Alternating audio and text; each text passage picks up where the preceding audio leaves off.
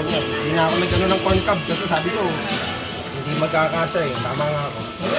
Pag sinamahan mo pa ng rice, puno na.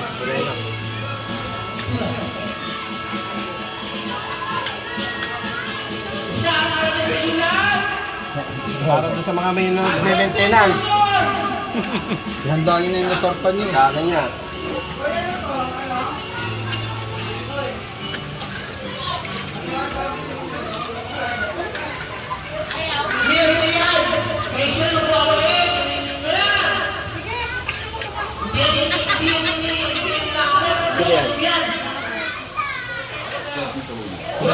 Oh, sinagsiba ko lang si Akyatan. Mga ganun. Maliwanag ito mga to eh. Araw na?